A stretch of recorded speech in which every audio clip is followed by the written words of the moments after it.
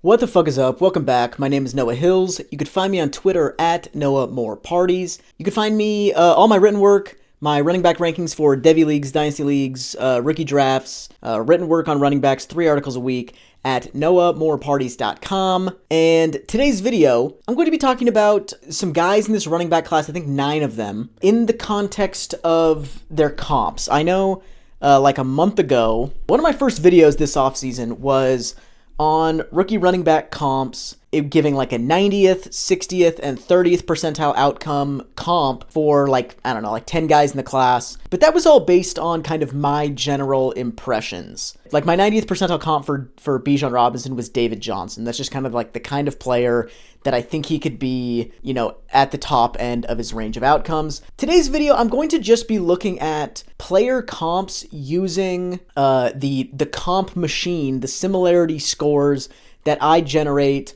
on my giant document with all of the data inputs that I use to evaluate players, which essentially spits out, these are the most similar players in the database to player X. Like if it's Bijan Robinson, these are the 10 most similar guys to Bijan Robinson based on all of his kind of data points as a prospect. So the spreadsheet doesn't watch film, but I think it does a decent job of identifying the kinds of players that guys are. Like David Montgomery comps strongly to Javonte Williams and Zach Moss and Kareem. It finds family trees of players fairly well. And then when you incorporate things like production, it does a pretty good job of giving you kind of a range of outcomes on a player, or a group of players that considered together in your mind give you a pretty good idea of what we should expect from a given guy. Let's get into it.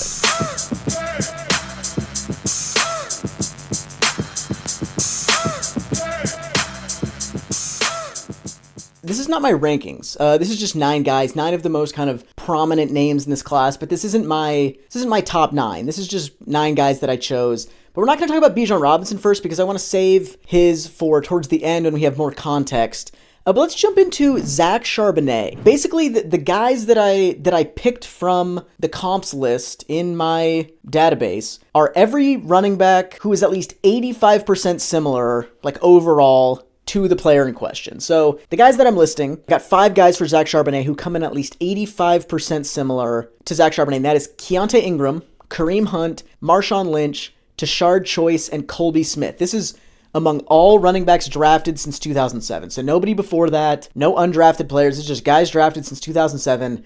Keontae Ingram, Kareem Hunt, Marshawn Lynch, Colby Smith, Tashard Choice.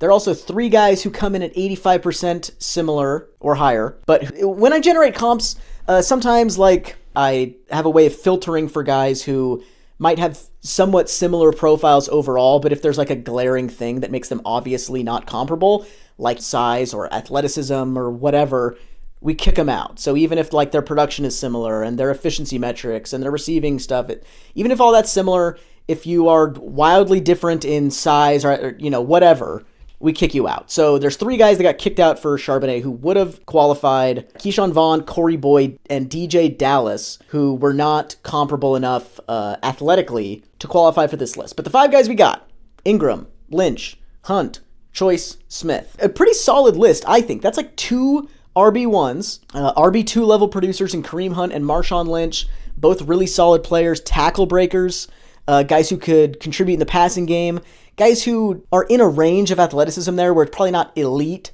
especially for Kareem Hunt, but not bad. Kareem Hunt was a solid athlete. I believe he did well in the jumps.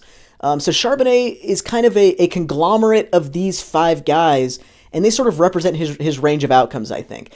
And for all these groups of comps, I also calculated out of all of their combined career seasons, how many of those seasons resulted in RB2 level production on a per game basis in PPR.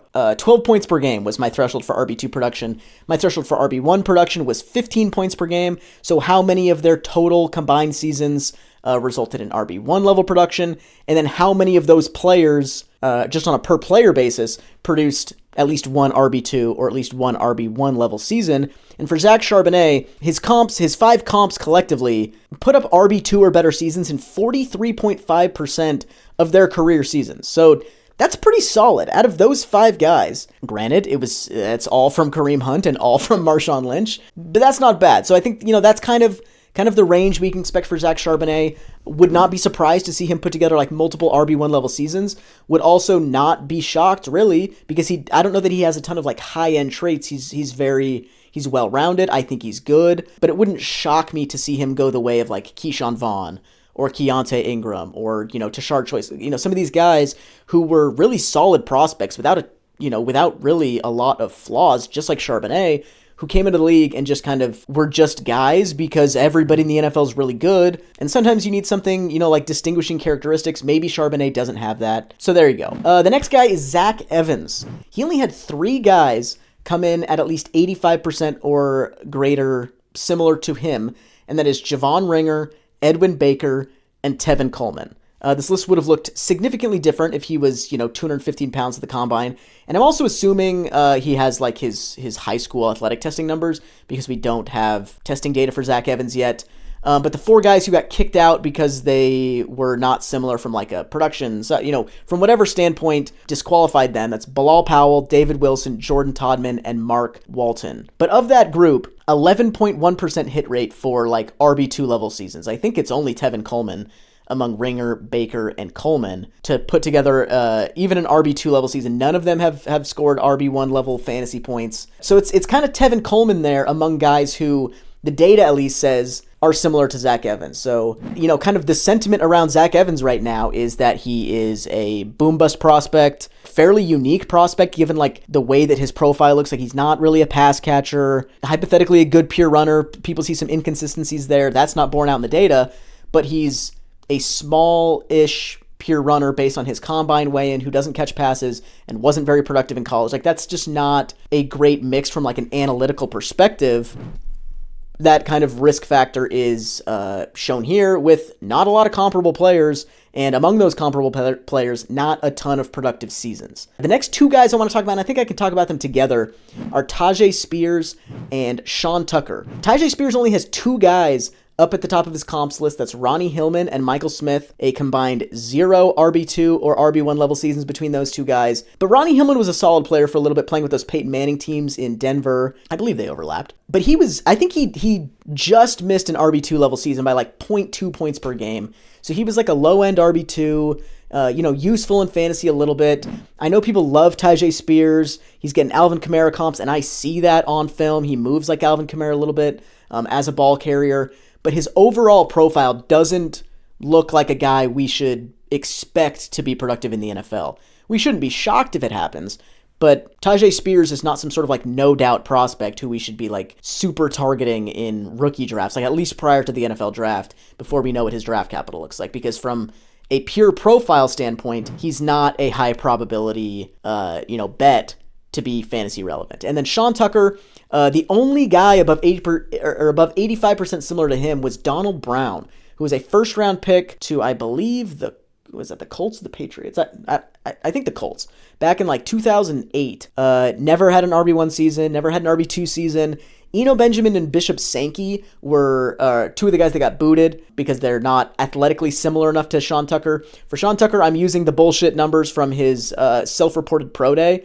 Who knows if those are legitimate, but that's what I have to go on at this point. And Eno Benjamin was not athletic enough. Bishop Sankey was super athletic, not athletic enough to compete with Sean Tucker's bullshit personal pro day. But if Sean Tucker, if those numbers are a little bit inflated to what we could have expected out of like an actual pro day setting or a combine setting especially, Bishop Sankey is not a bad comp for Sean Tucker. And we know that Bishop Sankey was a bust. Donald Brown didn't turn out great. Eno Benjamin didn't turn out great. But these guys have like athletic juice, like a Miles Sanders, these players who like don't have a ton of refinement, but some athletic skill, ability in the open field. Sean Tucker's that type of player, but these people who have him up at like RB2, RB3 are gung-ho about Sean Tucker in this class. Some excitement is warranted, but I think temper your expectations. Gung-ho, probably not warranted for Sean Tucker. The next guy I want to talk about is Tank Bixby, who has a big comps list because he's a fairly traditional player. Like he's right around 215 pounds. He's got he doesn't have like athleticism at either extreme. He's not like super athletic. He's also not a slug out there on the field. So there's a lot of guys that comp to him because he's close to the averages in a lot of areas. And they are Shane Vereen, Mike Goodson, Cam Akers, Isaiah Spiller, Marshawn Lynch, Bishop Sankey, J.K. Dobbins, DJ Dallas, and Wayne Gallman, with like 10 other guys who were above 80% but like got kicked out for size or athleticism or whatever. Among this group, some solid names there, obviously. Marshawn Lynch, the best one, as well as J.K. Dobbins, Cam Akers, Shane Vereen had a couple good seasons in the league. And then a bunch of like decent role players like DJ Dallas, Wayne Gallman, guys like that who kind of stick around in the league for a couple years because they're solid. Maybe they have potential and they never quite reach it, or they're just like decent contributors on teams and, learn to play special teams or whatever it is. But of their collective total career seasons, these guys scored at an RB2 level 22.6% of the time, and at an RB1 level, 12.9% of the time. So it depends on your perspective whether that's good or bad, but 22% of these guys, 1 in 5 of them turned out to be an RB2 level producer. 1 in 10 of them turned out to be, or 1 in 9 of them really, turned out to be an RB1 level producer. Tank Bixby, it doesn't appear as if he's going to cost a lot in rookie drafts. You might be able to get him like late second, early to mid third. I like taking shots on guys with like Cam Akers, J.K. Dobbins type profiles in that range of the draft, much more than I do in like the mid to late first, where you actually had to take guys like Cam Akers or J.K. Dobbins. So given the quality players, kind of peppered throughout his comps list, I think Tank Bixby is maybe a little bit underrated. And I don't want to say underrated. I think his upside is being accounted for a little bit, but I think that upside makes him one of the more intriguing, like mid-round options in this running back class. The next guy I want to talk about is Roshan Johnson, who also has a lot of guys in his comps list. Keontae Ingram, Alfred Blue, Damian Pierce, Mike Gillislee, Brian Robinson, Snoop Connor, DJ Dallas, Le'Veon Bell, Kalen Ballage, and Jonathan Williams. It's a lot of guys who weren't, Le'Veon Bell was super productive in college, but a lot of those guys were not super productive in college. Decent pass catchers, most of them, but a lot of them just like inside pounders, consistent on a down-to-down basis, just like grinders who can, handle a workload in the NFL, but are probably never going to be like the main guy for the most, or at least like a bell cow type running back.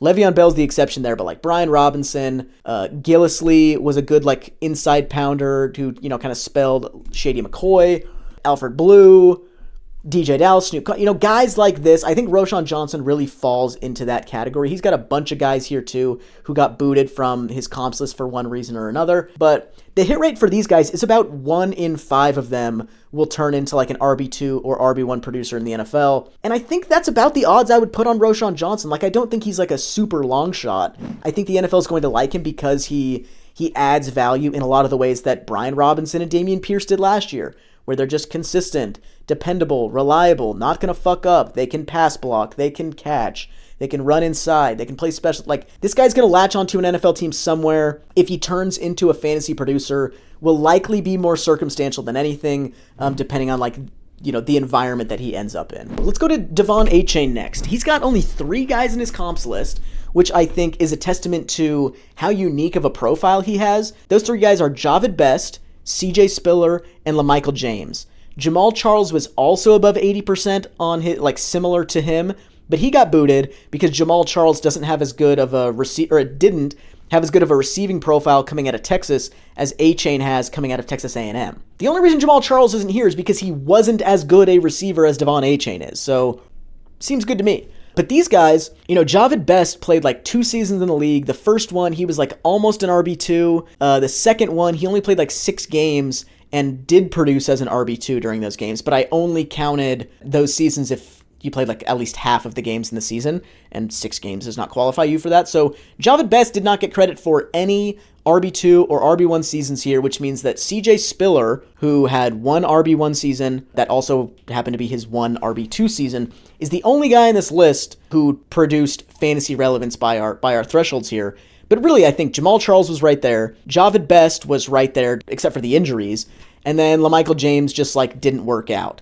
But given how unique this profile is, I think it's a good sign that one of the 3 guys was a definite hit in the NFL, and one of the guys who would be here, Jamal Charles, if he was as good in a particular area as Achane is in receiving, he was obviously a massive hit. So I think Achane is a rare player, given how small he is, but he's also rare given how small he is and how good he is. Like, there are a lot of small running backs in college football. there aren't a lot of small running backs in the NFL because a lot of the small running backs in college football aren't good enough to go to the NFL. A-Chain is already one of those guys who's good enough to go to the NFL, and among the small guys who are good enough to go to the NFL, he's one of the best we've ever seen. So I think despite small guys in general being fairly low probability, A-Chain has good comps and a robust overall profile that I think we should, maybe it's not a better than a coin flip that he's going to be really good in the NFL,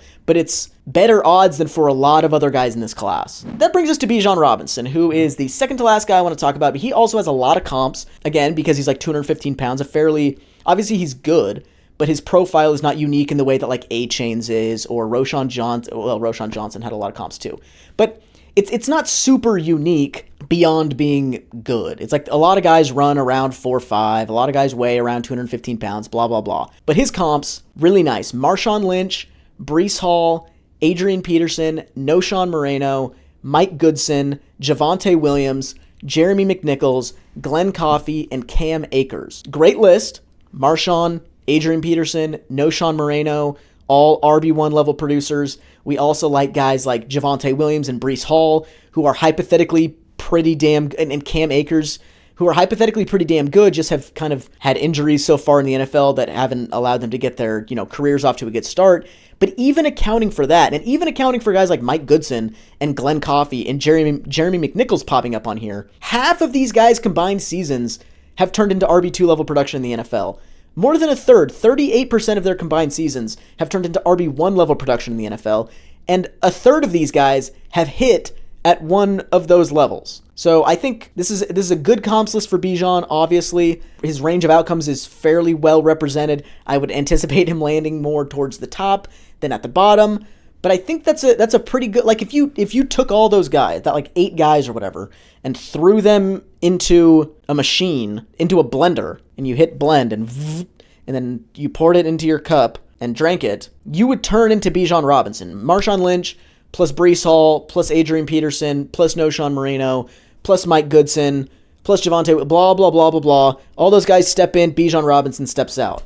I like it. There's also a bunch of guys who got kicked out for Bijan, mostly because they weren't big enough or athletic enough, and that's Travion Williams, Duke Johnson, Ray Rice, Kadeem Carey, LaMichael James, Dalvin Cook, Eno Benjamin. Also a really solid group. Most of them kicked out for size, but if you told me that Duke Johnson was 215 pounds, or that LaMichael James was 215 pounds, or that Dalvin Cook was as athletic as Bijan Robinson is, like, hell yeah, I'm in on all of those guys. So Bijan is Marshawn Lynch, or he's Big Duke Johnson, and Big Duke Johnson would have been awesome. The last guy I want to talk about is Jamir Gibbs, and I want to talk about him because he has no comps here. No comps. 0 players in my entire database are at least 85% similar to Jamir Gibbs. Nobody got kicked off for just literally nobody reached the 85% threshold, and I think that is a testament to how unique Jamir Gibbs' profile is. There are lots of players who were as good of well, not a lot, but like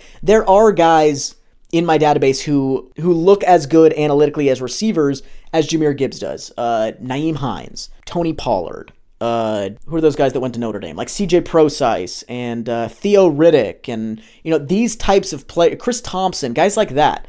None of them really were as productive or as athletic as Jamir Gibbs was. So, and there are lots of guys who were as productive or as athletic as Jamir Gibbs was. Not many of those guys can, match his receiving skills. Not many of the guys who were as good of receivers and athletes as he was in college were as inefficient as he was as a runner.